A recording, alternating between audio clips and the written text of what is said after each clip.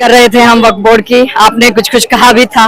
कैसे देखते हैं इसे, क्या कितना ये फेवर में है, और अगर फेवर में है तो विरोध क्यों हो रहा है? और अखिलेश जी ने कल किस तरह से इसको बिल्कुल ही मतलब कि नाकामियां के हिसाब से बताया कि नाकामियां है सरकार की, और उसके बाद वो इस तरह के बिल ले आती हैं और इन बातों को छुपाने के लिए ये सारे काम कर रहे हैं। ऐसी धमकियां ना ब्लफिंग है ये किधर भौकी से नरेंद्र मोदी और नरेंद्र मोदी के मंत्री और नरेंद्र मोदी की सरकार डरने वाली नहीं है। वो 28 कंट्री थे, वहां नहीं डरे हैं, दबाव डाल रहे थे। तो ये इसका नाम है नरेंद्र मोदी, महामानव है ये हिंदुस्तान का सौभाग्य है। पहली बार ऐसा प्रधानमंत्री मिला है जिसका आत्मबल बड़ा गजब का है। अब ये बताइए कि ये थर्ड टर्म के अंदर बहुत जबरदस्त, ये थर्ड टर्म के अंदर ये सारी चोर नहीं टिक सकते। ठीक है, ये थर्ड टर्म के अंदर पहले दो मुद्दे थे, दो टर्म में 370 निकाल दी, ट्रिपल तलाक निकाल दिया। थर्ड टर्म में अभी 1 साल अभी जून में होगा सरकार का, और ये तीसरा जो वक्फ बोर्ड की गले की फांस की जो हड्डी थी उसको कहीं ना कहीं अमेंडमेंट करके ला दिया। तो अब अगले चुनाव के लिए सरकार के पास क्या मुद्दा है? यूसीसी बहुत यूसीसी आना है, अभी वो पेंडिंग है, उसको क्यों बोल रहे हो आप? अभी आपने भी देखा था, मैं भी गया हूँ अपना प्रयागराज में 67 करोड़ और कुछ लाख सनातनी स्नान करके आए हैं। वही से तो ये फूके पड़े हैं अखिलेश जैसे। नहीं तो वो जगह भी तो बता रहे ना वक्फ बोर्ड की थी, महाकुंभ जहाँ लगता है बोले वो भी वक्फ बोर्ड बता रहे हैं। संसद की जो ये संसद है ना, पार्लियामेंट, इसकी जमीन को कह रहे हमारी है। जब ये बोल देंगे जहाँ आप खड़े हो, ये बोलेंगे किनारे में हमारा। एक्चुअली हुआ क्या है मैं आपको बताऊं, एक मिनट बोल दूं। ये हुआ क्या है कि ये क्या कर रहे थे कि जिस प्रॉपर्टी पे उंगली रख रहे थे ना, ये वक्फ की है, ये वक्फ की है, अब ये उंगली काट दी गई है। ये सदन में बैठ के वही लोग इस बिल के अंदर उंगली कर रहे हैं जो पहले उंगली रख के प्रॉपर्टी ले रहे थे। अब ये आर्टिकल 40 के तहत ये उंगली कट गई है।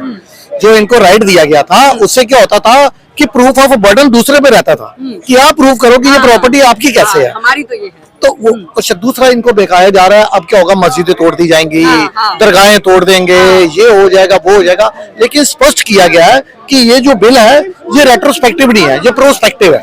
रेट्रोस्पेक्टिव मतलब ये पीछे नहीं देख रहा, ये प्रोस्पेक्टिव है, आगे देखने वाला है। तो जो भी रजिस्टर्ड जितनी भी दरगाहें मस्जिदें हैं, इन्होंने स्पष्ट कर दिया किसी के ऊपर कोई एक्शन नहीं ली जाएगी। तो ये अब बेकार है, नहीं जी ये तोड़ दिए जाएंगे। इसी तरह से ब्रह्म की राजनीति दिल्ली में हुई थी जब सीए आया था, और क्या उसका परिणाम निकला सबने देखा। इतना इनके अंदर ब्रह्म जाल फैला दिया गया कि आपकी नागरिकता चली जाएगी, शाहीन बाग बन गया। और उसके बाद हुआ क्या इसका रिजल्ट, 53 निर्दोष लोगों की मौत हो गई, इसके अंदर उनकी हत्या की गई। उसके जिम्मेदार कौन है? यही गैंग जो भ्रम फैलाता है ना, उसकी जिम्मेदारी कौन लेगा? क्या दिल्ली सरकार है? अरविंद केजरीवाल जो कह रहे थे हम शाहीन बाग वालों के साथ खड़े, और इन्हीं का अपना पार्षद लिखित में कहता है कि मैं हिंदुओं को सबक सिखाना चाहता था इसलिए मैंने शाहीन बाग करवाया। तो इतना भ्रम फैला दो, इतना भ्रम फैला दो। और वो जो 53 निर्दोष लोगों की हत्या तो हुई, लेकिन जिन्होंने इनके उकसावे में आकर जिन्होंने इतने लोगों की हत्या कर दी, उनकी जमानत नहीं हो रही। उनका भी परिवार दुखी, जो मर गए वो भी दुखी। और खुश कौन है? ये पॉलिटिशियन। इनकी तुष्टिकरण की राजनीति चलनी चाहिए। इनके बहकावे में आकर जब कोई पत्थर मारता है ना, जब उसके ऊपर एक्शन होती है तो उसका परिवार को भी तो दुख पहुंचता है ना कि मेरा बेटा किसके बहकावे में आ गया, उसका पूरे। और जब योगी जी बुलडोजर चलाते हैं तो कहते हैं ये परिवार का, इसके अंदर कोई कसूर नहीं। परिवार का कसूर यही था कि जब बच्चा ऐसे अराजक तत्वों से मिल रहा था, उनके ऊपर नजर क्यों नहीं रखी गई, अपने बच्चों को सही शिक्षा क्यों नहीं दी गई। देखो अब ये जो बिल आ रहा है, इसका सबसे ज्यादा फायदा पसमंदा को होने वाला है, मुस्लिम को होने वाला है। देखो सच्चा वही विरोध कर रहे हैं, और विरोध भी तो वही लोग कर रहे हैं। उनमें से कुछ पटाखे ओबीसी ने तो बिल्कुल पार्लियामेंट के अंदर ही उसको फाड़ा है। ओबीसी हो गया, AIMIM, all India Muslim personal law board और जमीयत उलेमा हिंद, ये तीनों जो है ये इसलिए विरोध कर रहे हैं क्योंकि इनकी जो भ्रष्टाचार है वो उसके ऊपर लगाम लग जाएगी, वो खत्म हो जाएगी। आपको पता है असुरदे में ओबीसी का जो अपना फार्म हाउस बना हुआ है वो कई एकड़ जमीन पे बना हुआ है, और वो सारी वक्फ की जमीन है। यदि उसके ऊपर एक्शन हो गई तो इसका तो पोल खुल जाएगी पब्लिक के बीच में कि ये तो वक्फी प्रॉपर्टी पे कब्जा करके बैठे हुए हैं, और कह रहे हैं कि हम मुस्लिम के लिए उन्होंने कुछ नहीं किया। यही बात माननीय मंत्री रविशंकर प्रसाद जी ने पूछा कल लोकसभा में, मुझे बताइए मुस्लिम वक्फ बोर्ड के से किसका भला हुआ, कितने हॉस्पिटल बने, कितने स्कूल बने, कितनी आप तलाकशुदा महिलाओं का भला किया, कितने स्किल्ड प्रोग्राम चलाए गए? कोई जवाब नहीं था। इन्होंने अच्छा किरण रिजिजू जो है उन्होंने ये बोला कि मैं एक एक पॉइंट के ऊपर बात करने के लिए तैयार हूँ, एक एक क्लॉज के ऊपर। आप ये बताइए कि जो हम संशोधन बिल ला रहे हैं उसमें क्या गलत है, कोई एक पॉइंट बताइए। देखा मैंने अखिलेश यादव ये क्या बोल रहे थे, चाइना ने इतनी जमीन हथिया ली, डीमोनेटाइजेशन हो गया, कुंभ में इतने लोग मारे गए, ये भाजपा अपना अध्यक्ष नहीं चुन पा रही। अरे कल ये मुद्दा था क्या, कल बोलना था वक्फ के लिए। ये इधर उधर की बातें लग पड़े घुमाने, क्योंकि इनके पास कुछ था ही नहीं बोलने के लिए।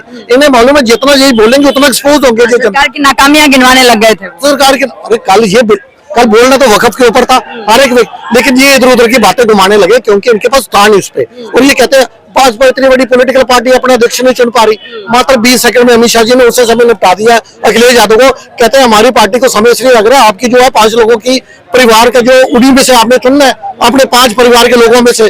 हमारे जो है 12 करोड़ 13 करोड़ कार्यकर्ता है, पूरी प्रक्रिया से गुजरना पड़ेगा तब जाके हमारा अध्यक्ष चुना जाएगा, आपकी तरह तो है नहीं। उसके बाद फिर भी आवाज नहीं आई। थोड़ी देर फिर कहते हैं योगी जी पे बोलिए, योगी जी पे बोलिए। अमित शाह जी ने बोला वो रिपीट होने वाले हैं, चुप हो गए, उसके बाद नहीं बोले। ये जो अफवाह फैला रहे थे ना, योगी जी को हटाया जा रहा है, अमित जी योगी जी की नहीं बन रही, जो अमित शाह जी ने